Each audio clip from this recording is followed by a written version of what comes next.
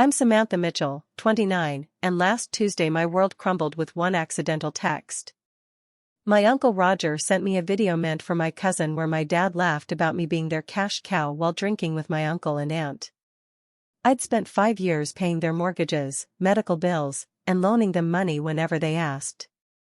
As I stared at my phone watching them toast to milking Sammy dry, I realized the family I'd sacrificed everything for had been playing me all along. Before I dive into how this family betrayal unfolded and what I did about it, I'd love to know where you're watching from today. Drop your location in the comments below. If my story of family deception and the sweet karma that followed resonates with you, please hit that like button and subscribe for more real-life family drama stories. Now, let's get into how I discovered my own family had been scamming me for years and what happened when I finally stood up for myself. Growing up in Westlake, Ohio, a middle-class suburb of Cleveland, family was everything to us Mitchells. My parents, Charles and Diana Mitchell, preached family loyalty above all else. My dad worked as a sales manager at a local car dealership, and my mom was an administrative assistant at an insurance company. My Uncle Roger and Aunt Melissa lived just 3 streets over with my cousin Jessica, making us a tight-knit family unit. Family is the only thing you can truly count on in this world, my dad would say at every holiday dinner, raising his glass. We Mitchells stick together, no matter what. I believed this with my whole heart. Our modest 4-bedroom house wasn't fancy, but it was filled with love and laughter. At least, that's what I thought. Looking back, the signs were there, but I was too young to see them. When I was in high school, my parents started talking more about financial struggles. They would have hushed conversations at the kitchen table with spreadsheets spread out before them. Sometimes I'd overhear snippets about making ends meet or another late notice. They never directly asked me for money then, but they made sure I knew things were tight. Despite this, I excelled academically. I graduated as valedictorian and earned a partial scholarship to Ohio State for computer science. It wasn't enough to cover everything, so I worked 3 jobs simultaneously: morning shifts at a coffee shop, evening receptionist at a gym, and weekend tutoring. I barely slept, but I managed to graduate with only $20,000 in student loans, which felt like a miracle. The hard work paid off when I landed a job at Tech Forward, a growing tech company in San Francisco, at age 24. My starting salary of $95,000 felt astronomical compared to what my parents earned. I was so proud to call them with the news. "That's wonderful, honey," my mom said, sounding genuinely happy. "You've always been our smart one. Just don't forget where you came from," my dad added. "Success means nothing if you forget your family." I promised I wouldn't. Moving across the country was hard, but I maintained close ties with weekly video calls. I'd give them virtual tours of my small but expensive 1-bedroom apartment, and they'd keep me updated on neighborhood gossip and family events. Every conversation ended with "We miss you" and "Come visit soon." 2 years after I moved, the first emergency happened. My dad called on a Sunday, his voice strained. "Sammy, I hate to do this, but we're in trouble," he said. "The bank is threatening foreclosure. We're 3 months behind on the mortgage, and they're not working with us anymore." He explained that the car dealership had cut commissions, and Mom had her hours reduced. They needed $3,000 to save the house. I didn't even hesitate. "I'll transfer it right now, Dad," I said, my heart racing at the thought of my childhood home being taken away. The relief in his voice was palpable. "You're saving us, kiddo. It's just until I close this big deal next month. We'll pay you back." I never asked about the repayment. It felt wrong to remind them, especially when 4 months later, Uncle Roger called about Aunt Melissa's emergency gallbladder surgery. Their insurance wasn't covering everything, and they needed $5,000 for the medical bills. Again, I transferred the money immediately. "You're an angel, Sammy," Uncle Roger said. "Melissa was worried sick about these bills. We'll never forget this." A pattern established itself over the next 5 years. Every few months, there would be another crisis. Dad's car died and he needed a new one to get to work. Mom needed dental work not covered by insurance. The roof was leaking and needed immediate replacement. Uncle Roger's business venture needed a small investment to get off the ground. Aunt Melissa required physical therapy after her surgery. Meanwhile, my career flourished.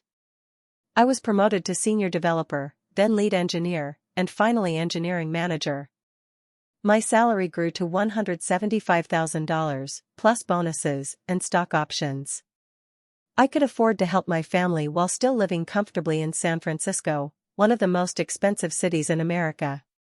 But I made sacrifices. While my colleagues took international vacations, I stayed home, knowing that money could help my family. I delayed buying a condo because family comes first. I worked overtime for bonuses that often went straight to Ohio. I kept my 10-year-old Toyota running instead of buying the Tesla I really wanted. None of these felt like sacrifices at the time. I was proud to be the family success story, the one who could swoop in and save the day when crisis struck. By my calculations, I had sent home nearly $180,000 over 5 years, but who was counting? They were my family. Just last month, I started planning a surprise visit for my dad's upcoming 60th birthday. I booked an expensive flight, arranged to stay at a nice hotel instead of burdening them, and even ordered a custom-made golf club set he'd been eyeing for years, according to my mom. I was excited to see their faces when I surprised them with my presents and presents. Little did I know, the biggest surprise was waiting for me instead. Tuesday night, I was working late, finalizing a project that had to launch the next day. It was nearly midnight in San Francisco, which meant it was around 3 a.m. in Ohio.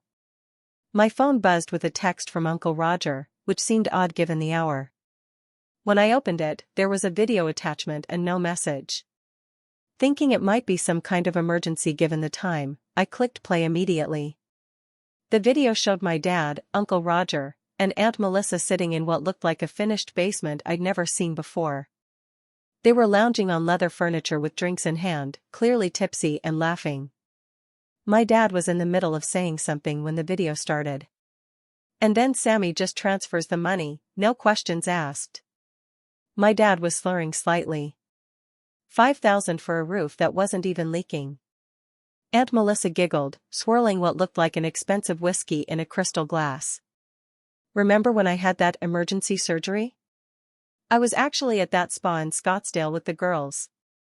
My uncle zoomed the camera in on his own face. And my failing business bought me this beauty. He flipped the camera to show a framed photo of him standing proudly next to a fishing boat. "The SS Samantha," he said, and they all burst into laughter. "She's so gullible," my dad continued, wiping tears of mirth from his eyes. "She thinks we're broke. Has she seen the neighborhood lately? Houses here are worth double what they were when she left." "To be fair," my aunt interjected, "we do put on a good show. Remember when you called about the foreclosure, Charles? You sounded so convincing even I almost believed it." "Acting runs in the family," my dad said with a wink. He reached for his wallet and pulled out a photo. "Look what I'm getting her for her birthday." The camera zoomed in on a brochure for a luxury watch, post-it notes marking different models. "She'll love it," my aunt said. "And she'll never know it's actually her money buying it." Speaking of money, my uncle chimed in, "We should hit her up for the roof thing again soon. It's been a few months, and I want to take the boat down to Florida this winter." "Good idea," my dad nodded. "I'll tell her we found black mold or something. She always pays up for health concerns." My uncle raised his glass. "To Sammy, our favorite cash cow." To milking Sammy dry, they all cheered, clinking their glasses together as the video ended. I sat frozen, my phone gripped so tightly my knuckles turned white. The room seemed to spin around me. I couldn't breathe. I played the video again, hoping I'd misheard or misunderstood. But with each replay, the truth became clearer and more painful. My phone buzzed again.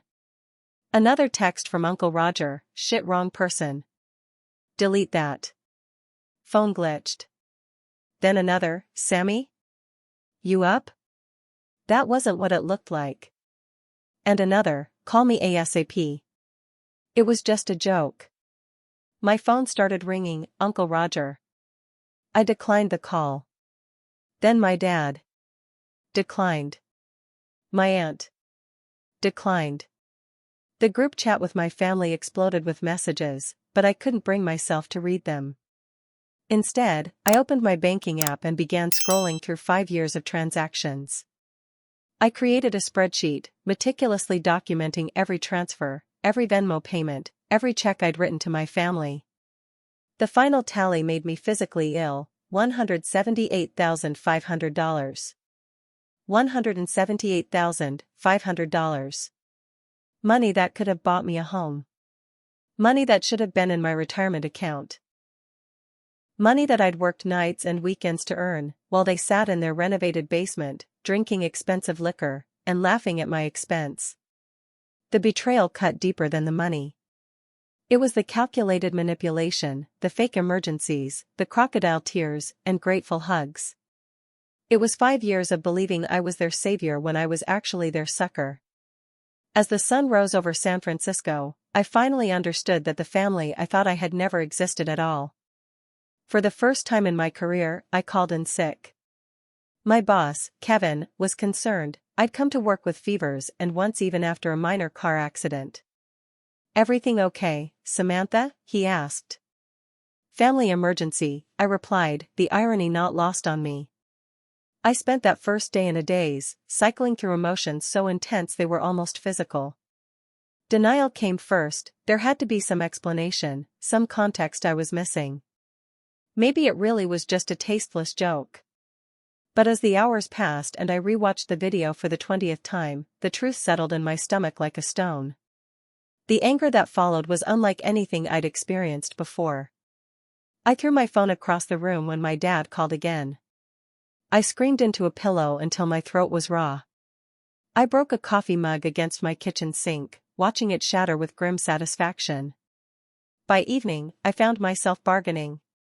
Maybe I could confront them, and they'd feel so guilty they'd pay me back. Maybe this was a wake-up call to set better boundaries but not cut them off completely. Maybe family was still family, even when they betrayed you. Depression hit me like a wave around midnight. I cried until I had no tears left, scrolling through old family photos, questioning every memory. Was anything real? Had they always seen me as nothing more than an ATM with legs? The weight of it all pressed down on my chest until I could barely breathe. The next morning, still raw but functioning, I did what any millennial would do. I started digging through social media.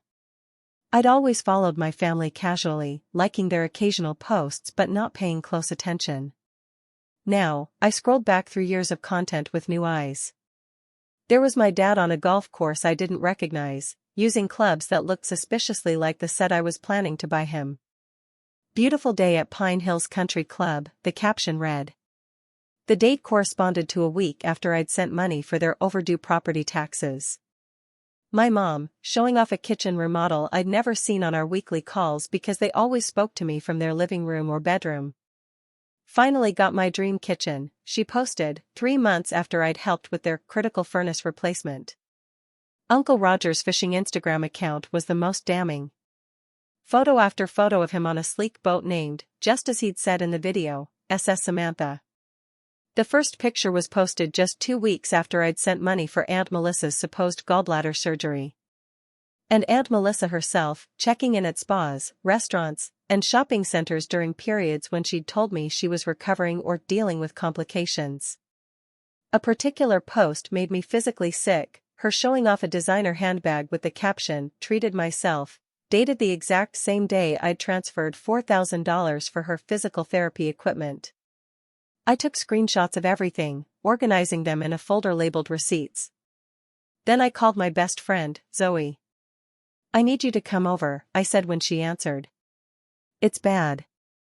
Zoe arrived with wine and takeout 30 minutes later. I wordlessly handed her my phone with the video queued up and watched her expression change from confusion to shock to fury. "Those absolute bastards," she whispered when it ended. "Sam, I am so sorry." "Did you know?" I asked, suddenly suspicious of everyone. "Did you ever suspect?" Zoe hesitated, which was answer enough. why didn't you say something? I demanded. I didn't know for sure, she said carefully. But when you told me about the third emergency in 6 months, something felt off. And when you mentioned your mom needed dental implants, but I saw her posting pictures smiling at your cousin's wedding with perfect teeth. She shrugged helplessly. I didn't want to hurt you without proof. The shame hit me then, not just that I'd been deceived, but that it had apparently been obvious enough for others to notice. I feel so stupid, I whispered. You're not stupid, Zoe said firmly. You're kind and generous, and they exploited that. This is on them, not you. That night, after Zoe left, I made 2 appointments, one with a therapist who specialized in family trauma, and one with a financial advisor.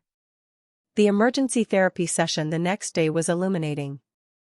What you're describing is financial abuse, Dr. Palmer said. It's more commonly seen in romantic relationships, but family financial abuse is equally damaging.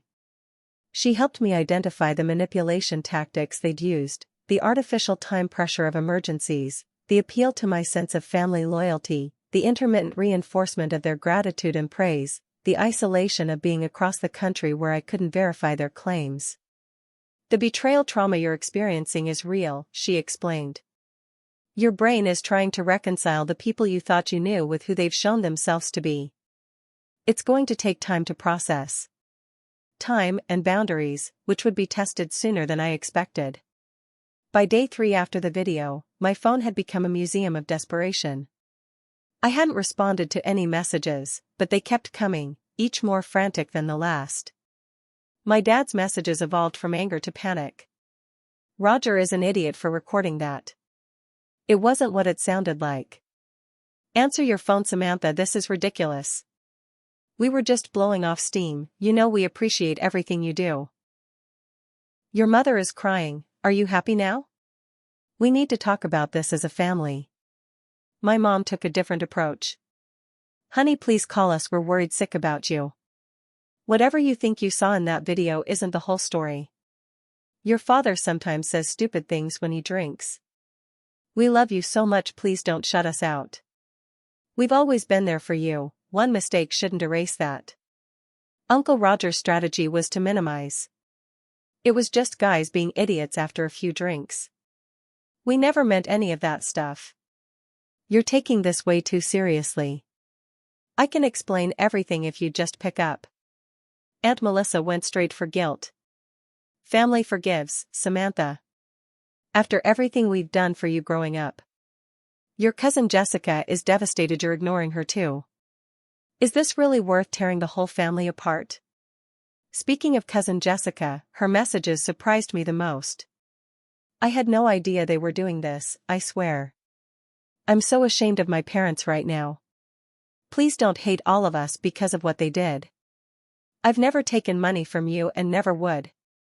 I read everything but responded to nothing. Their panic fed something in me that needed to see them squirm.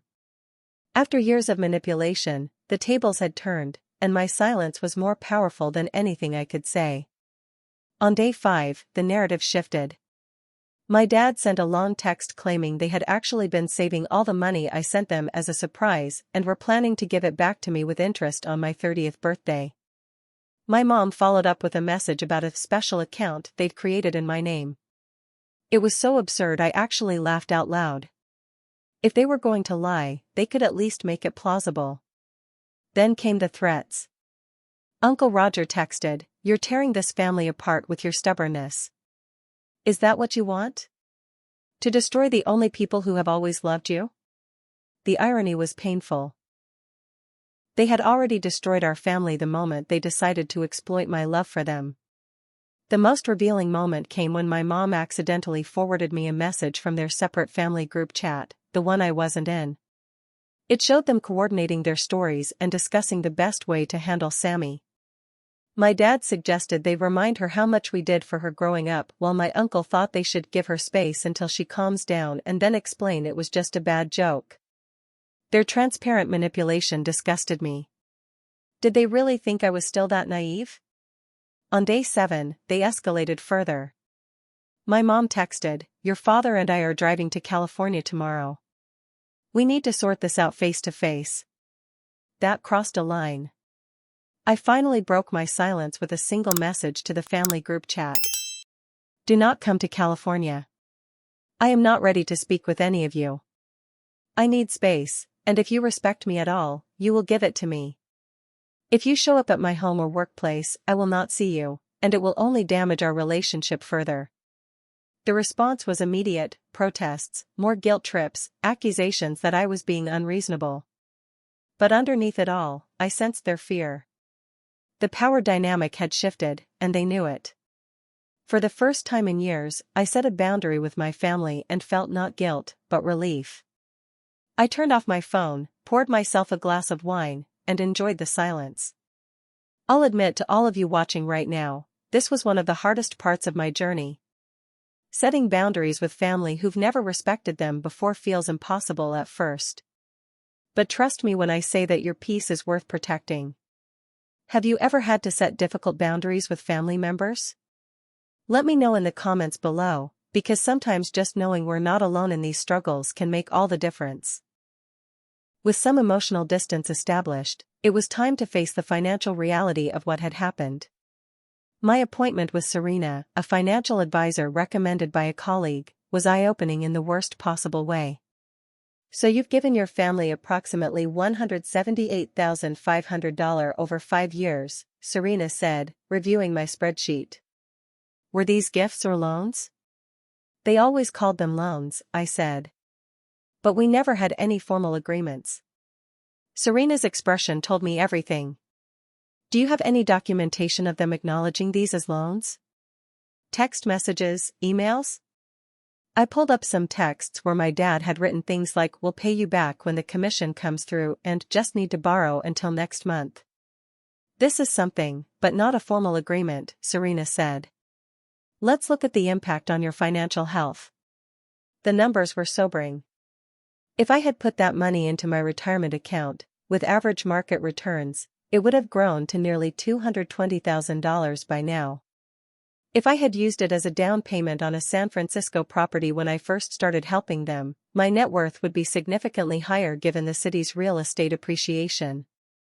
You've essentially delayed building wealth for yourself by 5 years, Serena concluded. The good news is you're still young, and your income is strong. We can create a recovery plan. We spent the next 2 hours building a new financial roadmap.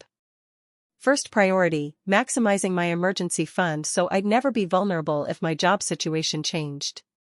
Second, catching up on retirement contributions, including taking advantage of catch-up provisions. Third, setting aside money for a down payment on my own home. What about trying to recover the money from my family? I asked. You could consult with a lawyer, Serena said carefully. But family financial situations are complicated legally and emotionally.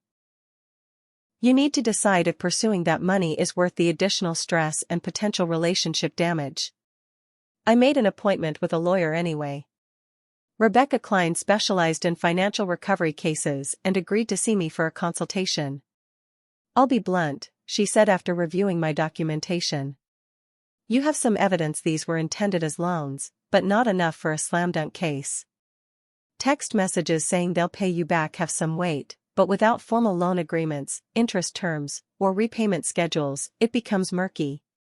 So they just get away with it? I asked, my voice breaking. Not necessarily. We could file a lawsuit based on verbal agreements and the text messages you have. The process would be lengthy and expensive, with no guarantee of success. And? She hesitated. And what? And you'd be suing your parents and uncle. That's a bridge many people aren't willing to burn completely. I've seen cases like yours destroy families forever. They destroyed our family, not me, I said bitterly. I understand, Rebecca said gently. But I want you to be fully informed about what litigation would mean practically and emotionally. I thanked her and said I'd think about it, but deep down, I already knew I wouldn't pursue legal action. Not because I forgave them, but because I needed to focus on rebuilding my own life rather than tearing theirs down. Back home, I dove deeper into understanding financial abuse. I found online support groups, books, and resources that helped me identify patterns I hadn't noticed before.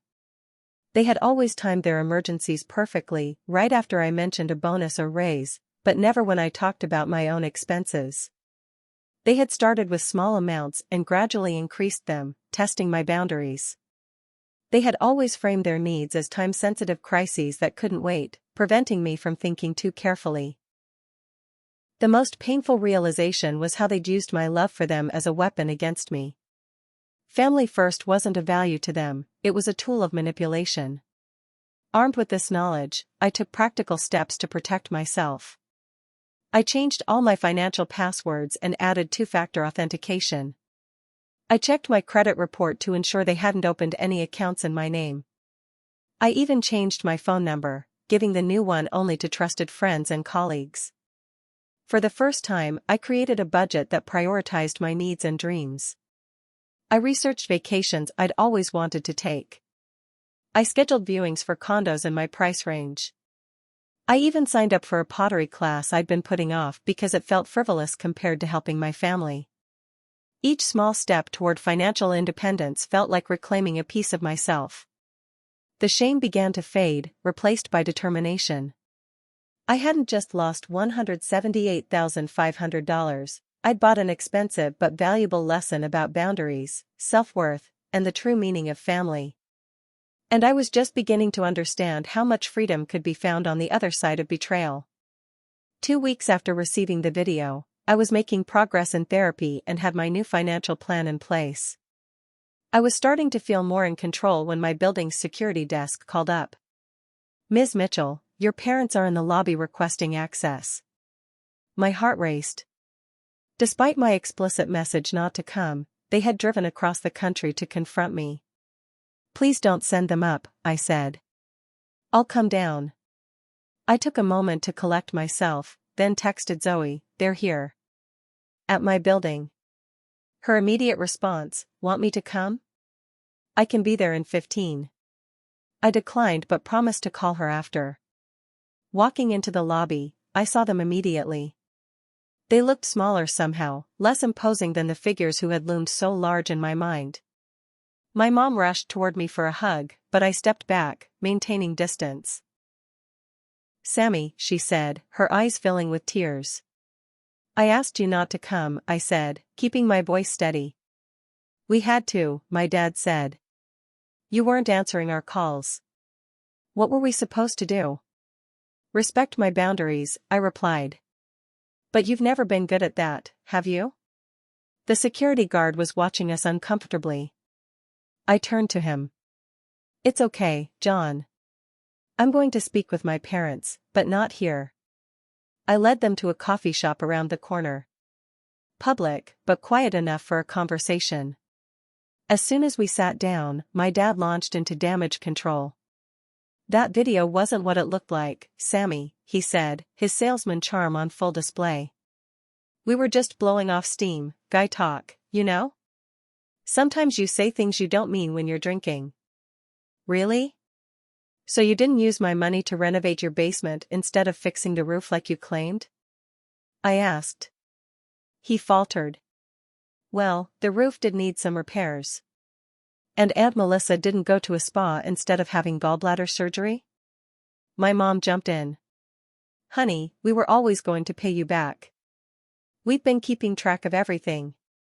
I pulled out my laptop and opened my spreadsheet. "So have I. $178,500 over 5 years. With itemized dates, amounts, and the reasons you gave me for needing the money." Their expressions shifted as they realized I wasn't going to be easily manipulated anymore. "We're your parents," my dad said, his voice hardening. "After everything we've done for you." "What exactly have you done for me?" I interrupted. "I put myself through college working 3 jobs. I built my career through hard work and talent. Meanwhile, you've taken nearly $200,000 from me under false pretenses." "We raised you," my mom said indignantly. "Yes, you did. And then you exploited the love and trust one had in you. Do you have any idea what that's done to me? Can you even comprehend the betrayal I feel?" My dad's phone rang. He glanced at it, then answered. Yeah, we're with her now. He listened for a moment. Hang on, I'll put you on speaker. Uncle Roger's voice filled the awkward silence. Sammy? It's Uncle Roger and Aunt Melissa. We're so sorry about all this. I laughed bitterly. All on the same call, just like in the video. How appropriate. Look, we all made a mistake, my aunt chimed in. But family forgives, right? Family doesn't steal from each other, I replied. Family doesn't lie and manipulate for years. It wasn't stealing, my dad protested. You offered to help. Because you invented fake emergencies. The foreclosure that never existed, the medical procedures that never happened, the repairs you never made. Tell me, when exactly did you plan to stop? There was uncomfortable silence before my mom whispered, we never meant to hurt you. But you weren't in financial trouble at all, were you? I pressed. Dad, what's the actual value of your house now compared to when I left? He shifted uncomfortably. The neighborhood has appreciated significantly. Answer the question. It's probably worth double, he admitted. And the renovations I saw on Mom's Facebook? The basement, the kitchen, the backyard? We deserved some nice things, my mom said defensively. What about the vacation property Uncle Roger mentioned in the video? More uncomfortable silence. It's just a small cabin up at the lake, my dad finally said. I turned to my laptop again and pulled up the folder of screenshots I'd compiled. Let's see. Dad's country club membership, Mom's shopping sprees, Uncle Roger's boat, Aunt Melissa's designer handbags. All while claiming to be in financial distress. You make good money, Sammy, my dad said, a hint of resentment in his voice. It's not like you couldn't afford to help your family. And there it was, the entitlement that had fueled their deception for years. It wasn't your money to take, I said quietly. It wasn't your decision to make about what I could afford. You stole 5 years of financial security from me. You stole my trust. And for what? Luxury items you could have saved for yourselves if you'd been responsible with your own money. My phone buzzed, Uncle Roger was calling me directly now. I declined and turned back to my parents. I want you to understand something, I continued. This isn't just about money. It's about respect. It's about honesty. It's about treating me like a person you love instead of an ATM. We do love you, my mom insisted, tears streaming down her face. People who love you don't laugh at you behind your back. They don't toast to milking you dry. They don't plan new ways to exploit your generosity. My dad's demeanor changed as he realized charm wasn't working. So what now? You're just done with us? Throwing away your family over one stupid video? I didn't throw away anything, I said, standing up. You did that yourselves, systematically, for 5 years. And to answer your question, I don't know what happens now. That depends on whether you can finally start respecting my boundaries and telling me the truth. Of course we can, my mom said quickly. Then here's my first boundary, I will not be providing financial support to any of you anymore. Ever. If that's a problem, then we have nothing more to discuss. The look they exchanged told me everything. Their primary concern wasn't our relationship, it was losing their golden goose. I think you should go back to Ohio, I said. I need time and space to decide what kind of relationship, if any, I want to have with you moving forward. But we drove all this way, my mom protested. Against my explicit request not to, I reminded her. That's the problem right there, you don't respect my boundaries. I walked out of the coffee shop without looking back, feeling lighter than I had in weeks. For the first time in my adult life, I had stood my ground with my family and prioritized my own well-being over their demands. It wasn't a permanent solution, but it was a start. I should have anticipated what came next, but it still caught me off guard. 2 days after our confrontation, my cousin Jessica called. Sam, what's going on with you and the parents? She asked. Everyone's talking about it. Everyone who? The whole extended family. Aunt Linda, Uncle Paul, all the cousins. Your mom's been calling everyone saying you've had some kind of breakdown and abandoned the family. So they were going with the smear campaign approach. I wasn't surprised, but it still hurt. Jessica, I'm going to send you something, and I need you to watch it before we continue this conversation. I forwarded her the video. There was a long silence on the phone, then I heard the familiar audio playing. Another silence followed after it ended. Oh my God, she finally whispered. I had no idea. You honestly didn't know they were doing this? I asked, still suspicious. I swear, Sam. I mean, I knew you helped them financially sometimes, but I thought it was just occasional assistance, not this. They took nearly $180,000 from me, Jess. For fake emergencies. Her shock seemed genuine. That's insane. And now they're telling everyone you've lost your mind and turned your back on the family. Of course they are, I said bitterly. What else would they do? Take responsibility? What can I do to help? She asked. Just tell the truth if anyone asks you. Over the next few days, the extended family civil war escalated. My phone filled with messages from relatives taking sides. From Aunt Linda, my dad's sister, how could you be so selfish? After everything your parents have done for you. From Uncle Paul, my mom's brother, whatever's going on, family works it out. Call your mother, she's heartbroken. From my cousin Mark, hey, everyone's freaking out about some family drama. What's up? I was selective about who I sent the video to, sharing it only with relatives I trusted and had been close to. The ripple effects were immediate and dramatic. My grandmother, my dad's mother, called me in tears after seeing it. I didn't raise him to be like this, she said. I'm so sorry, Samantha. She then apparently confronted my dad directly, which led to another wave of angry messages from him, blaming me for turning his own mother against him. The most surprising call came from my younger brother Tyler, a college junior I'd always tried to shield from family drama. Sam?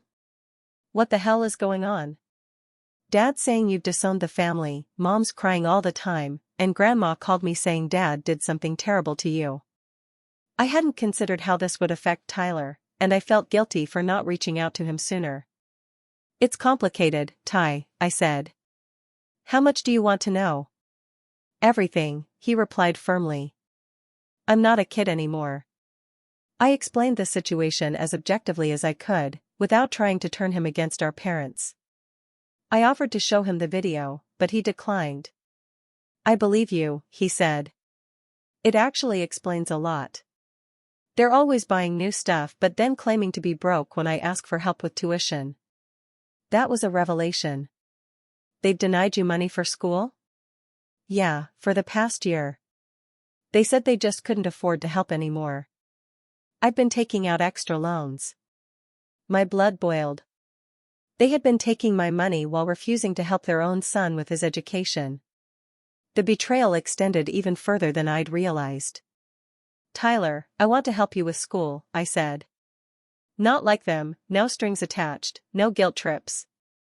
But we'll do it properly, with actual loan documents if you want to pay me back eventually. You don't have to do that, he said. I want to. You're my brother and you're getting an education. That's something worth investing in.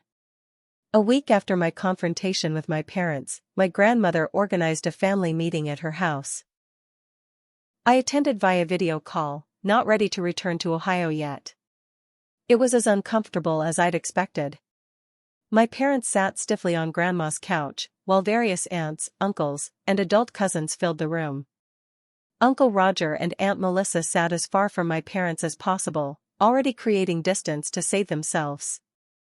I called this meeting because our family is in crisis, my grandmother began.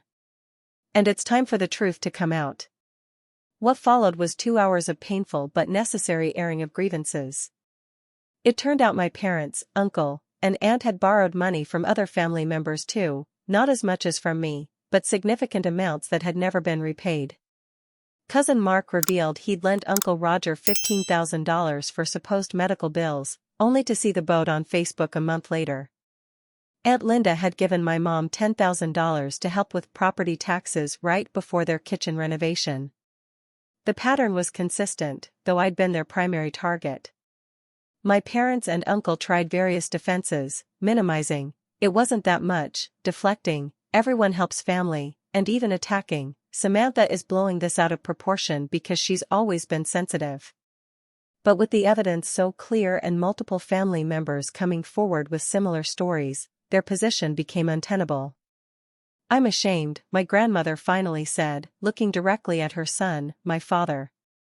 "This isn't how I raised you. This isn't what family means." The meeting ended with tentative steps toward accountability. My parents and uncle agreed to create repayment plans for everyone they'd borrowed from, though I wasn't holding my breath.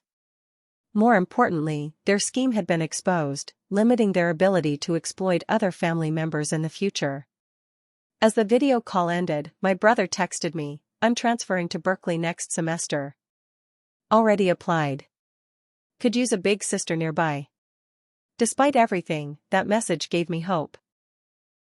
Perhaps some family bonds were worth rebuilding after all. The months following the family implosion were challenging but transformative. I continued weekly therapy sessions, working through the complex emotions of betrayal by those I'd trusted most. Recovery isn't linear, Dr. Palmer reminded me during one particularly difficult session. There will be days when you feel strong and empowered, and days when the grief feels overwhelming. She was right.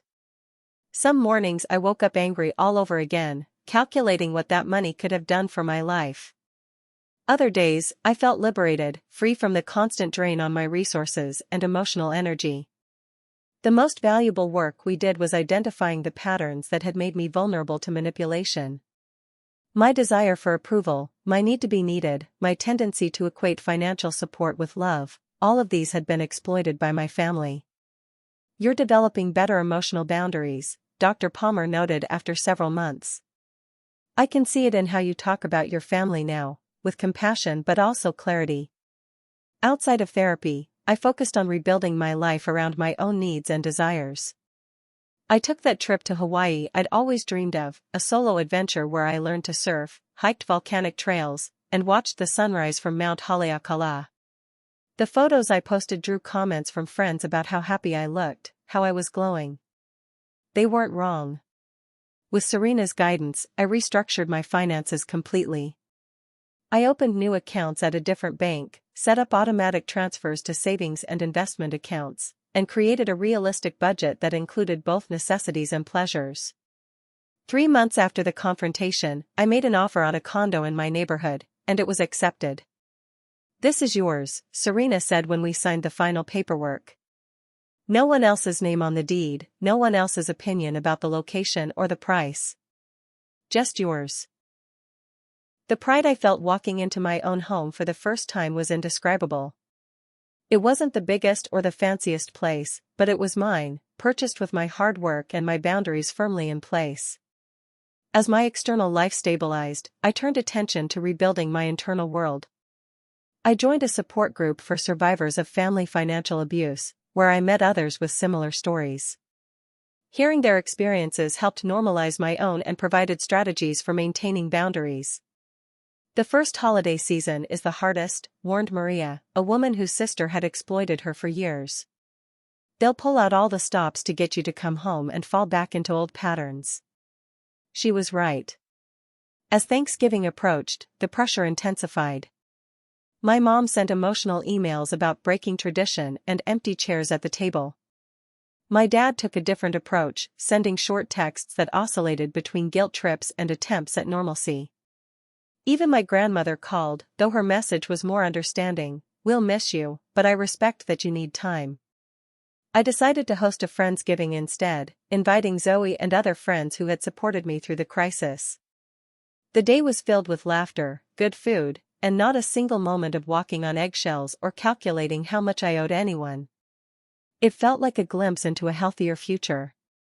Tyler made good on his transfer to Berkeley and moved into my spare bedroom while he looked for an apartment. Having him close by helped ease the loss of my other family relationships. Our bond strengthened as adults in a way it never could have while we were enmeshed in the family dynamic. "They've been calling me nonstop," he confided one night over dinner. "Trying to get information about you, trying to get me to convince you to come back to the family." "I'm sorry you're caught in the middle," I said. He shrugged. "I'm not, though. I've seen enough to make my own choices.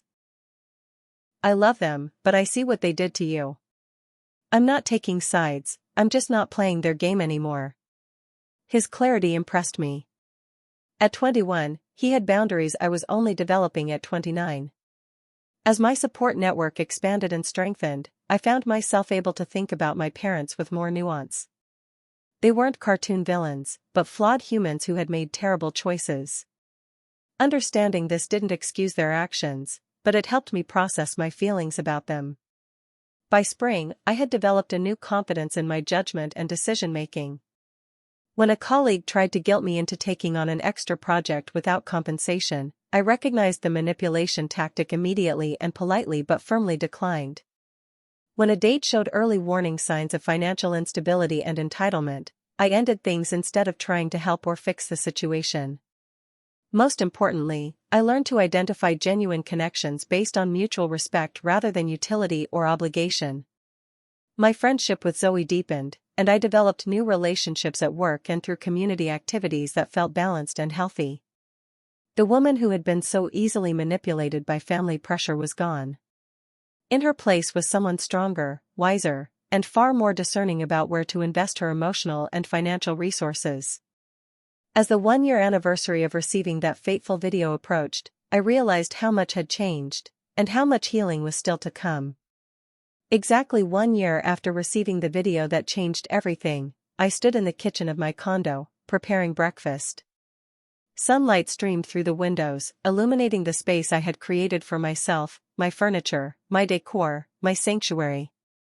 Tyler had found his own apartment near campus but came over regularly for dinner and laundry, the normal kind of family support that didn't involve emotional manipulation or financial exploitation. He was thriving academically and had recently started an internship at a tech company similar to mine.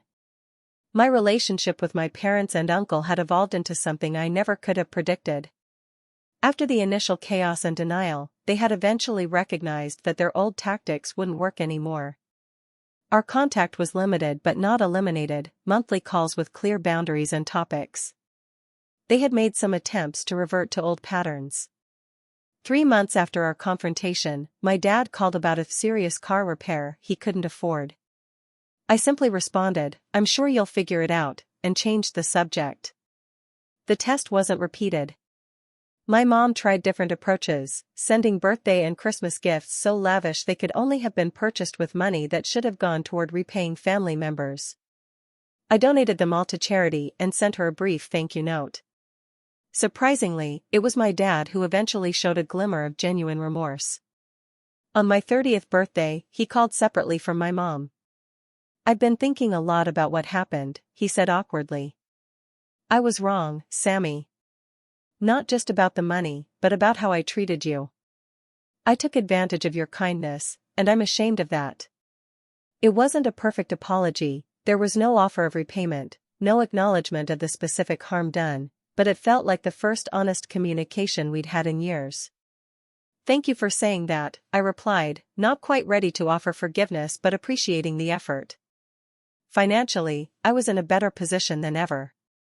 Without the constant drain of supporting my family, I had built a substantial emergency fund, maximized my retirement contributions, and even started a side business as a financial literacy coach, specializing in helping women recognize and escape financial abuse.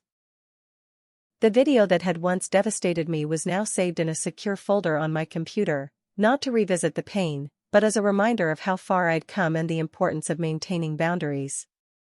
Sometimes, when faced with a difficult decision, I would think about that video and ask myself, what would the old Samantha do? And then do the opposite. My brother and I had created new family traditions that honored our connection without the toxic dynamics of our upbringing. We spent holidays together or with chosen family, celebrated achievements without competition, and supported each other without keeping score. The peace I found in this new life wasn't what I had always imagined. There was grief mixed with the freedom, loss tangled with growth. But it was authentic and sustainable in a way my previous existence had never been. As I finished my coffee, my phone buzzed with a calendar reminder: Financial Literacy Workshop, 2 p.m. I had volunteered to speak to a group of young women about recognizing financial red flags in relationships. The workshop was part of my commitment to transform my painful experience into something that might help others avoid similar situations. I picked up my phone to confirm the appointment and saw a text from Tyler: "Proud of you, sis. Those women are lucky to learn from you today." I smiled, realizing that despite everything, I had found the true meaning of family, not in obligation or sacrifice, but in mutual respect, genuine support, and healthy boundaries. The cash cow had broken free of her pen, and there was no going back. If watching my journey helped you recognize any red flags in your own relationships, please hit that like button and consider subscribing for more real stories about family dynamics and personal growth. I'd love to hear in the comments if you've ever had to establish boundaries with family members and how it changed your life. Remember that standing up for yourself isn't selfish, it's sometimes the most important form of self-care. Thank you for being part of my healing journey by listening to my story today. Until next time, take care of yourselves and your boundaries.